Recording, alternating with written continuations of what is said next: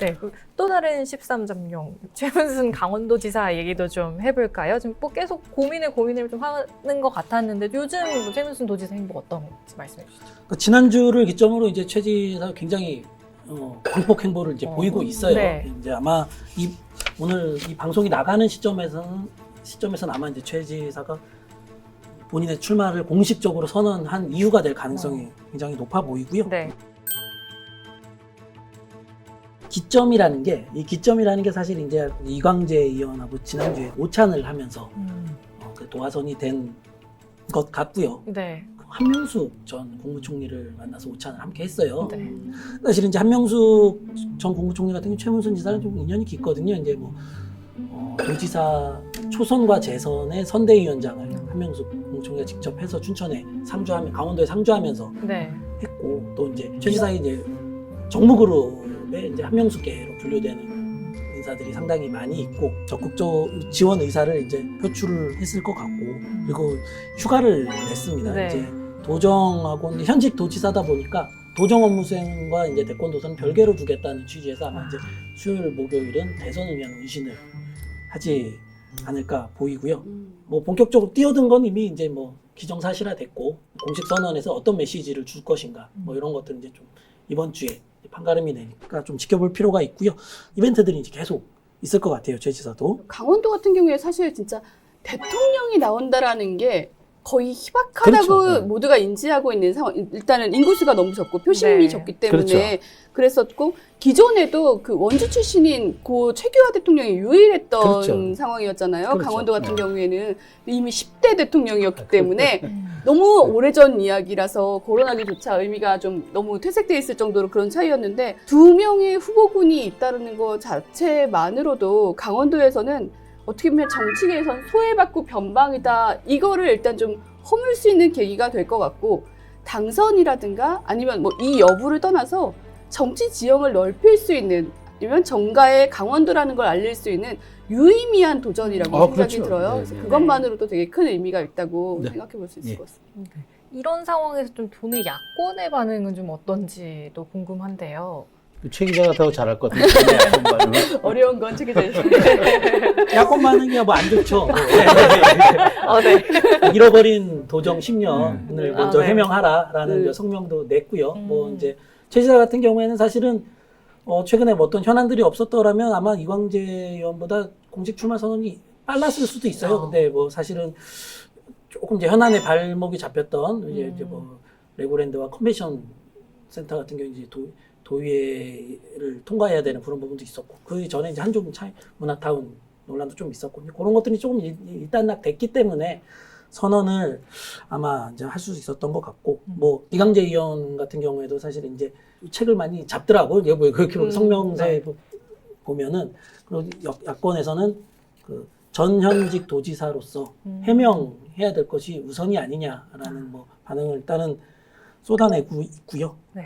오찬회동 얘기는 안 하네요. 제가. 네, 이게, 오찬. 네. 이게 사실은 재밌는 얘기가 좀 네. 재밌을진 모르겠지만, 네, 이게 사실은 이날이 조금 이제 긴박했던 것 같아서 네. 제가 오찬회동 얘기 이제 5.25 구봉산 회동이죠. 5월 20, 최지사와 이광재 네, 의원의 구봉산. 회동. 네. 5월 27일이 이제 이광재 의원의 대선 출마 선언이니까 아마 이제 이광재 의원은 강원도 선수 정리를, 교통 정리를 좀 하고 네.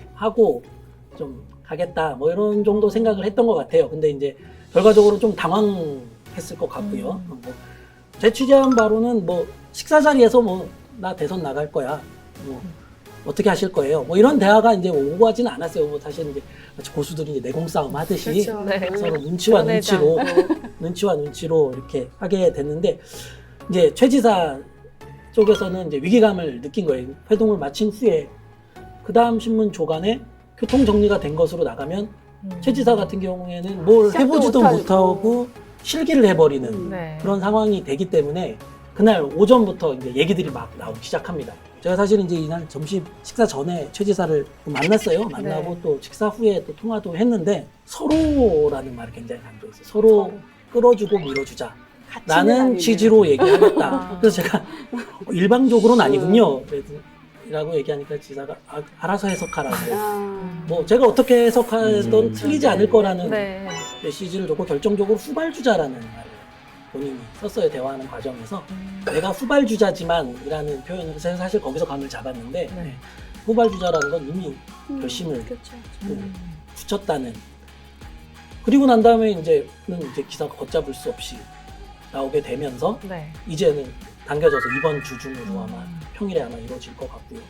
그런 것들이 그날 점심 자리가 서로의 생각이 어긋났지만 결과를 떠나서 뭐 지켜보는 도민의 입장이나 좀 기사를 쓰는 저 기자의 입장으로서도 뭐 재밌는 일들이 있거든요. 네. 그래서 사실은 기사 쓸 게 많아져서 네. 좋기도 하고요. 그날을 기점으로 해서 이제 아마 굉장히 지금 발빠르게 오고 있지 않나. 뭐. 네. 일단은 그렇잖아요. 이게 이미 후보군이 10명 남짓이 되어 있잖아요. 그러면 분명히 경선 전에 그렇죠. 1차 컷오프 컷오프 당연히 과정을 있겠죠. 거쳐야 되는데 이미 뭐 9월 기존대로 9월 정도에 경선을 한다고 하면 컷오프는 6월 당장 돌아오는 뭐 이번 뭐 빠르면 뭐 달, 6월 7월 정도 7월 가서 맞죠. 예, 진짜 예. 얼마 안 남은 예, 예. 시기잖아요. 네. 저는 두 분들 좀 더 오래 끌고 갔으면. 네, 일단 네. 강원도에서 이런 예, 그렇죠. 거의 예. 화두가 된다는 것 그럼요, 자체만으로도 그럼요. 예, 예. 네, 오래 끌고 갔으면 하는 기사 바람. 쓸 것도 많아지고. 그렇죠. 지켜보는 강원 도민들이나 강원 취재 네. 기자들은 네, 좀 흥미롭습니다.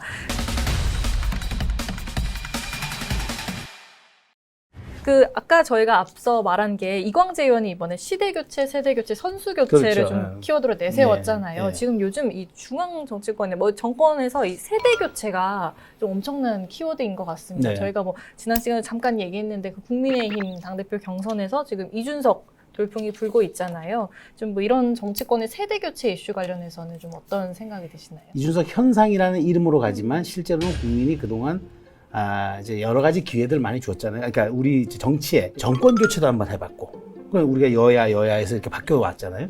그 다음에 이제 과거 영남과 호남의 지역구도 갈등도 이제 조금 많이 좀 이제 해소가 됐잖아요. 이번에는 세대 교체라는 명을 준 것 같아요. 그래서 이광재 지사가 잘 잡은 것 같다고 제가 그렇게 말씀을 드리는 건데, 지금 사실 이러다 보니까 국민의힘도 지금 국민의힘이지만 민주당 내부에서도 이 피해자가 우리가 가장 되는 것 아니냐. 우리는 이미 이제 당대표도 다 이제 송영길 대표 나왔고 하는데, 여기에 우리가 제대로 대응하지 못하면 그동안 진보가 가져왔던 영역이라고 여겨졌던 변화, 혁신, 젊음 이런 게 전부 보수가 가져가 버리면은 그 다음에 진보가 설 자리가 없다. 이제 그야말로 우리의 존립의 위기가 올 수 있다라는 그 굉장한 위기감이 있는 것 같아서 저는 이것이 갖는 순기능이 있다고 봐요. 그러니까 그러다 보니까 저는 지금 이 불고 있는 이준석 현상으로 대변되고 있는 이 엄청난 세대 교체의 바람을 어느 당이 더 세고 더 강력하게 우리가 받아가지고 이거를 밖으로 표출시키느냐, 이 싸움이 저는 이제부터 정치권에 주어진 과제가 아닌가 싶어요. 이런 세대 교체 이슈가 그럼 강원도 정치권에서도 엄청난 좀 영향을. 그렇죠. 그러니까 물론 뭐 이제 그렇다고 후보군이 막 바뀌고 이런 것이 아니라 이제 뭐 그런 것일 수도 있고, 아니면은 그 동안에 있었던 사람들의 생각과 자세, 그 다음에 갖고 있는 정책 이런 걸 다 바꿔야 되는 거죠. 그야말로 2030에 대해서 단순히 한때 표를 얻기 위해서 다가갔던 그런 게 아니라 2030 똑똑하잖아요. 다 알아요. 우리에게 잠깐 이용해 먹으려고 오는 건지 아니면 정말 우리의 미래를 걱정해서 제시하는 건지 알잖아요. 그런 것들이 저는 굉장히 크게 놓고 보는 거라 봐요. 지금 민주당에서도 이재명 지사의 기본소득에 반해서 지금 벌써 이게 노선 논쟁이 벌어지고 있거든요. 저는 굉장히 바람직한 현상이라고 보는 거죠. 이게 2030에게 다가갈 수 있는 방법들을 구체화시키는 것들이기 때문에 무조건 퍼주자가 아니라 그렇게 해서 안 된다. 네. 그렇게 해서 된다. 이거 얼마나 정말 말 건강한 논쟁입니까? 그러니까 그런 것들에 저는 변화의 바람도 강원도에 좀 불어와야 할 것이고 저는 올 것 같아요. 네. 그럼 앞으로 이제 좀 여야 대선 경선 일정이나 로드맵을 좀 전망을 해볼까요? 좀 이게 여기서도 강원도는 좀 어떤 역할을 할 수 있을까요? 그러니까 뭐 간단하게 아까 민주당의 가장 큰 변수는 이제 지금 현행대로 9월에 갈 것이냐, 11월에 갈 것이냐. 이게 제가 보기에 이번 6월 달 안에 결론이 반드시 나야 되는데, 송영길 대표는 지금 말하자면은 현행대로 가자고 했는데 지금 사실 반 이재명 전선에서는 이거 바꿔야 한다는 얘기가 있거든요. 그럼 이것 또한 얘기가 되잖아요. 그러면 당의 대부분의 사람이 바꾸자고 하면은 이것 또한 이제 이재명 지사가 안 바꾸면 기득권 사수처럼 비춰질 수 있기 때문에 민주당은 그게 가장 커요. 가장 지금 이 변수에 따라서 이광재 지사의 저는 지지율도 연동될 수 있다고 저는 보고, 야당은 지금 현재 11월 선거, 11월에 이제 야당은 뽑기로 돼 있기 때문에 아직 시간은 많이 있어요. 많이 있는데 이준석이 되느냐 안 되느냐, 이준석이라는 사람이 이제 대표가 되느냐 안 되느냐에 따라서 외부 영입 인사들의 거취도 결정될 수 있기 때문에 저는 이제 이번 6월 선거, 그러니까 이번 6월이 그야말로 양당의 분수령을 가른다. 운명을 가른다. 그러니까 민주당은 경선 후보 시기 확정을 놓고 그것이 당의 운명을 가른다면 11일은 국민의힘의 야당이 30대 대표가 나오느냐 안 나오느냐에 따라서 대선 지형이 완전히 바뀔 수가 있다. 그러니까 저는 이번 6월이야말로 정말 이게 달로 치면 호국보훈의 달이지만 정치로 보면은 이거는 양당의 존망이 걸린 그런 6월이 되지 않을까 저는 그런 생각이 듭니다. 네. 6월 지나고 나면 또 소장이 한 번 더 나오셔가지고 내가 그러지 않았느냐 예. 이렇게 짚어주세요. 아, 예, 네. 알겠습니다.